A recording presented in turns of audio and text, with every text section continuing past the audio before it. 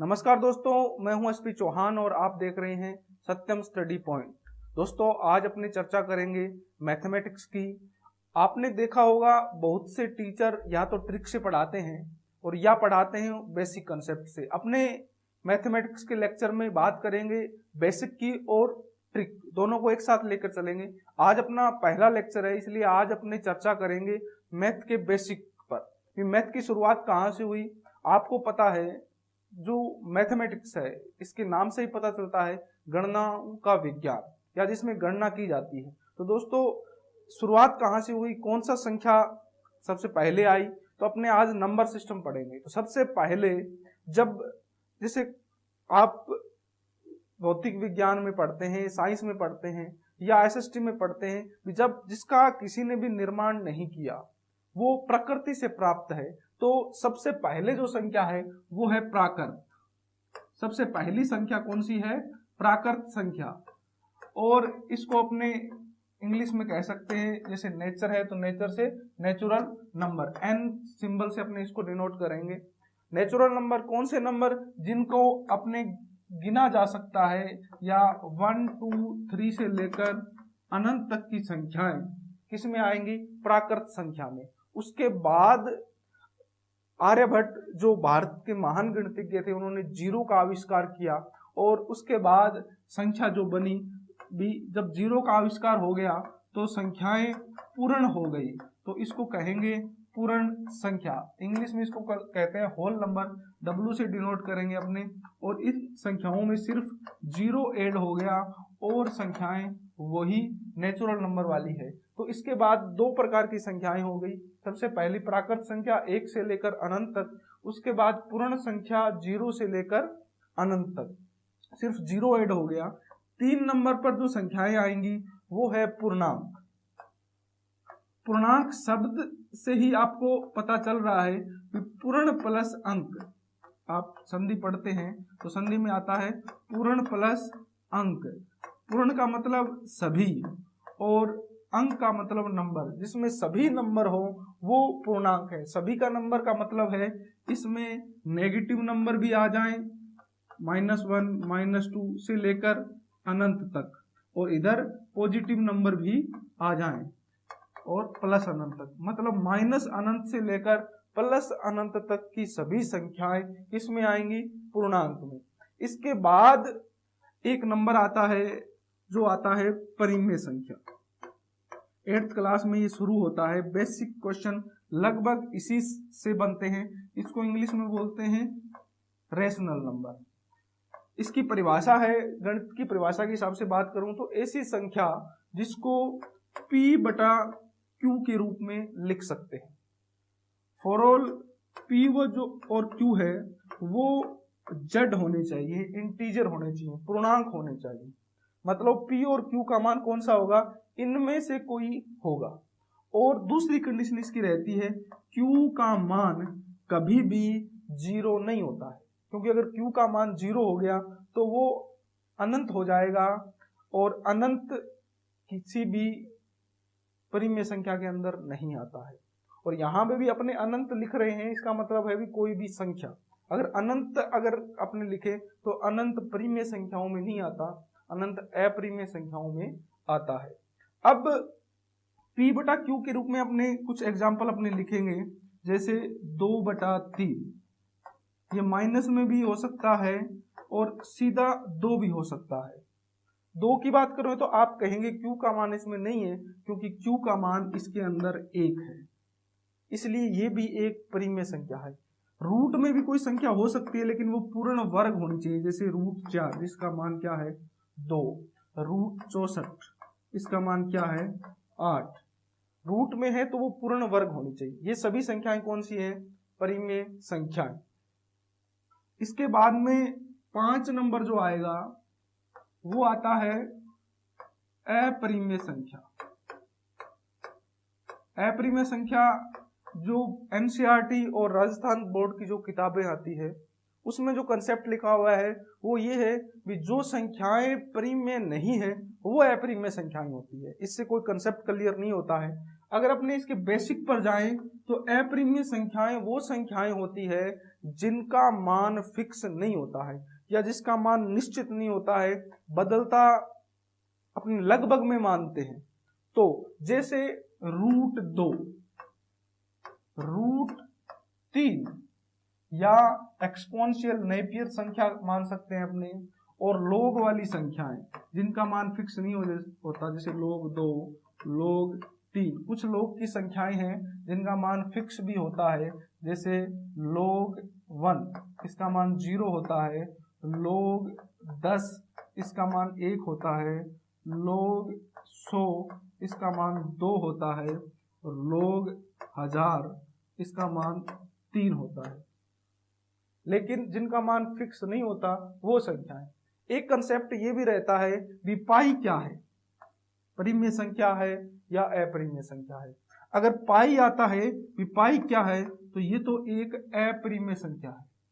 अगर 22/7 आता है, 22/7 क्या है, तो ये एक क्या है, परिमेय संख्या है। आप कंसेप्ट को समझिए, पाई का मान 22/7 नहीं होता है, लगभग 22/7 होता है। तो लगभग इसके आगे लग गया, इसलिए पाई क्या हो गया, अपरिमेय। जबकि 22/7 अगर फिक्स आपको दे रखा है तो फिर क्या हो गया, ये परिमेय। अब अपने बात करेंगे कुछ ऐसी संख्याएं जिसमें अपने परिमेय संख्याओं में लिखते हैं भी पॉइंट के बाद नंबर बार बार आता रहता है, ये या जिसको आवर्ती नंबर कहते हैं, ये भी एक क्या कौन सी संख्या है, परिमेय संख्या है। अगर इसको अपने हल करते हैं तो इसको पॉइंट बार 2 बार भी लिख सकते हैं, या 2/9 भी इसको हल करके इसका आंसर आता है। तो ये कौन सी संख्या है, ये परिमेय संख्या है। अब अपने कुछ संख्याओं के बारे में बात करेंगे भी, सम संख्याएं, विषम संख्याएं, भाज्य संख्याएं, अभाज्य संख्याएं, इनका कंसेप्ट क्या है। तो दोस्तों आपको मैं बता दूं कि सम संख्या ऐसी संख्या जिसमें 2 का भाग जाता है, 2, 4, 6, 8, 10, इस प्रकार की संख्याएं कौन सी संख्याएं होती है, सम संख्याएं। दूसरा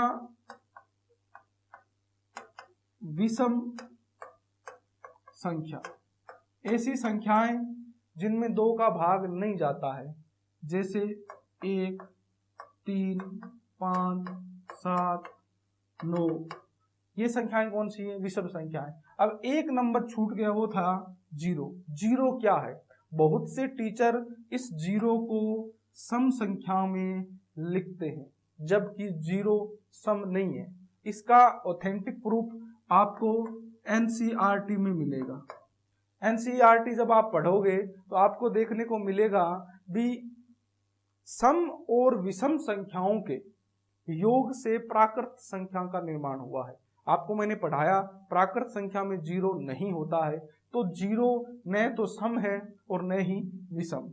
इस बात का आप ध्यान रखें, न सम है और न विषम। अब अपने बात करते हैं भाज्य और अभाज्य संख्याएं। भाज्य क्या है, अभाज्य क्या है।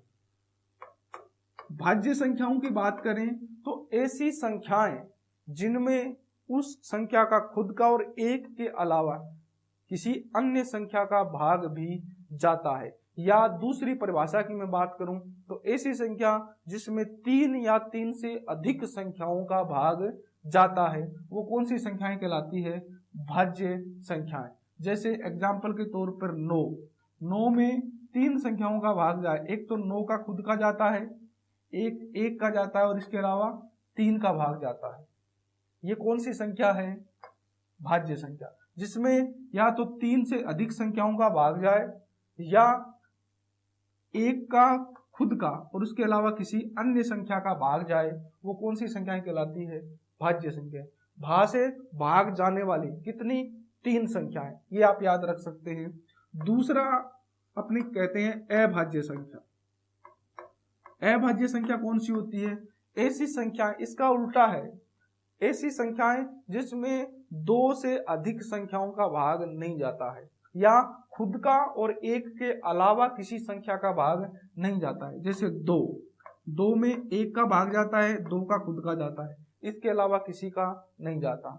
इसी प्रकार 3 है, तो 3 में या तो 1 का जाता है या 3 का जाता है, इसके अलावा किसी संख्या का इसमें भाग नहीं जाता है। तो ये कौन सी संख्याएं हैं? अभाज्य संख्या। ये तो इसका कंसेप्ट है, इस पर बेस्ड क्वेश्चन हर एग्जाम में लगभग पूछा जाता है। क्वेश्चन क्या रहता है? ऐसी संख्या बताओ जो सम संख्या है उसके साथ साथ अभाज्य संख्या भी है। तो सिर्फ एकमात्र ऐसी संख्या कौन सी है? वो 2 है। 2 एक ऐसी संख्या है जो सम भी है और अभाज्य भी है। इसके अलावा जितनी भी अभाज्य संख्याएं होंगी वो विषम होंगी। सम सिर्फ एकमात्र सम अभाज्य संख्या 2, रूढ़ संख्या भी इसको कह सकते हैं आप। 3 की बात करें तो पहली विषम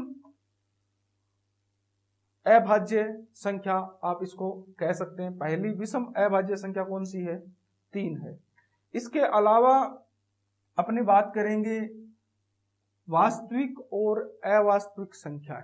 वास्तविक संख्या कौन सी होगी? वास्तविक संख्याएं, जितनी संख्याएं अपनों ने अभी तक पढ़ी है वो सभी वास्तविक है। वास्तविक का आप अर्थ भी समझ सकते हैं, जिनका अस्तित्व है। मतलब अपनों ने अभी तक नेचुरल नंबर पढ़ा, अपनों ने होल नंबर पढ़ा, अपनों ने पूर्णांक पढ़ा, अपनों ने रेशनल नंबर परिमेय पढ़ा, अपनों ने इर्रेशनल नंबर अपरिमेय संख्याएं पढ़ा। ये सभी कौन सी संख्याएं हैं? वास्तविक संख्या। इसके अलावा जो संख्याएं होती है वो कौन सी संख्याएं होंगी? अवास्तविक संख्या। इनका कोई अस्तित्व नहीं होता है। और इस संख्या को कैसे लिखा जाता है? जब भी कोई रूट में माइनस का चिन्ह आ जाता है, जैसे -4, तो इसको अपने जब लिखते हैं तो इस माइनस को लिखते हैं आइडा, और 4 का हो गया 2 आइडा। ये कौन सी संख्या है? अवास्तविक संख्या है। इसको अपने अवास्तविक बोल सकते हैं। तो 2 प्रकार की, वास्तविक और अवास्तविक। वास्तविक में ये सभी संख्याएं आती है। अब अपने इसका एक वेन आरेख का क्वेश्चन भी आता है, कौन सी संख्याएं को अपने कैसे पढ़ना है। तो सबसे जो छोटी संख्या है वो नेचुरल नंबर है, जिसमें 1 2 3 से लेकर अंत तक संख्याएं आती हैं। उसके बाद में इसमें होल नंबर जुड़ता है, जिसमें प्लस हो जाता है 0। उसके बाद आता है इंटीजर, जिसमें माइनस की संख्याएं ऐड हो जाती है, और सभी संख्याएं यही होती है।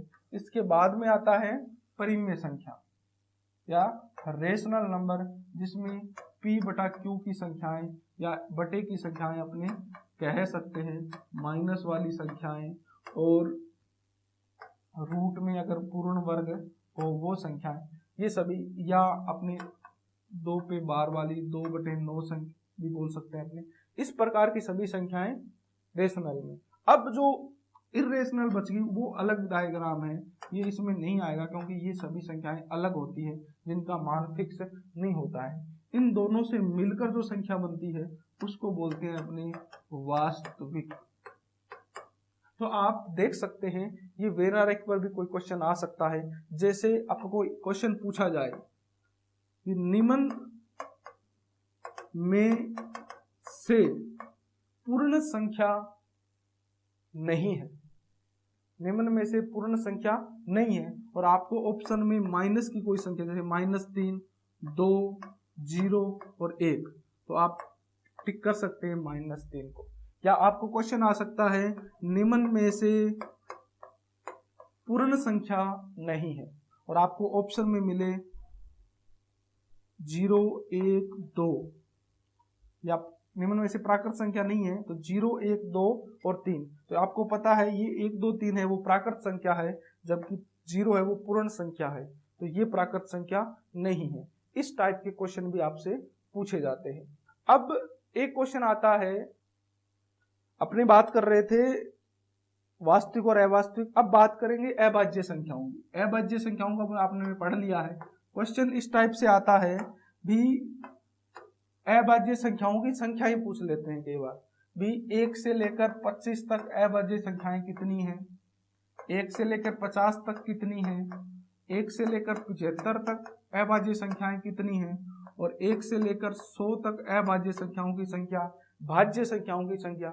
तो आपको मैं बता दूं 1 से 25 तक 15 संख्याएं होती है भाज्य, और अभाज्य संख्याएं होती है वो उनकी संख्या होती है 9। टोटल ये हो गई 24। और एक संख्या होती है जिसको अपने एक कहते हैं, न तो वो भाज्य में आता है न ही अभाज्य संख्याओं में। आपको मैंने बताया एक जो संख्या है वो न तो भाज्य है और न ही अभाज्य। क्यों नहीं है भाज्य? तो इसलिए नहीं है क्योंकि एक में एक के अलावा और एक संख्या के अलावा किसी भी और संख्या का भाग नहीं जाता है। अभाज्य की बात करें तो अभाज्य संख्याओं का आपस में कोई संबंध नहीं होता है। अगर एक को अपने अभाज्य संख्या मान लें तो फिर कोई भी संख्या अभाज्य संख्या नहीं बचेगी, सभी का आपस में संबंध हो जाएगा। इसलिए एक अपवाद है, एक न तो भाज्य है और न ही अभाज्य। इसी प्रकार सम में अपने पढ़ा था जीरो सा है वो न तो सम संख्या है और न ही विषम संख्या। तो अपने पढ़ रहे थे कि 1 से 25 तक 15 संख्याएं भाज्य है, 9 संख्याएं अभाज्य है और दोनों मिलकर 24 हो गई, और एक है वो न तो भाज्य और न ही अभाज्य। 1 से 50 की बात करें तो 1 से 50 में 34 संख्याएं भाज्य है, 15 संख्याएं अभाज्य है और दोनों हो गई 49 प्लस 1 50। इसी प्रकार 1 से 75 की बात करें तो 21 संख्याएं अभाज्य हैं और 53 संख्याएं भाज्य हैं और दोनों मिलके हो गई 74 प्लस 1 75।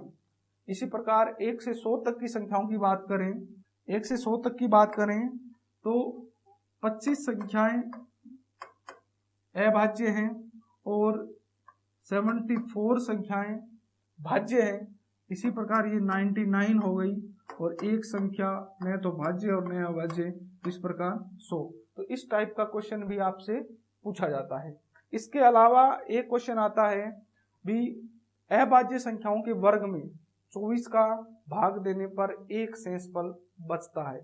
कुछ संख्याएं इसमें अपवाद भी हो सकती है, लेकिन लगभग इस टाइप का क्वेश्चन पूछा जाता है। जैसे 2 और 3 के अलावा 5 का स्क्वायर, 13 का स्क्वायर और 17 का स्क्वायर, इस टाइप से क्वेश्चन दिया आपको।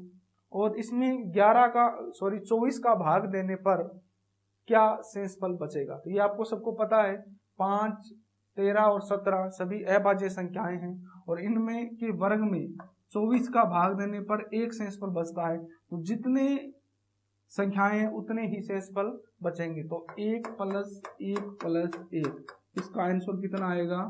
3। ये कंसेप्ट है जिससे अपने इस क्वेश्चन को हल कर सकते हैं। तो दोस्तों आज के लेक्चर में आपने इतना ही पढ़ेंगे, आगे भी अपनी क्लास स्टार्ट रहेगी। ओके दोस्तों, फिर मिलते हैं एक नए वीडियो के साथ। जय हिंद, जय भारत।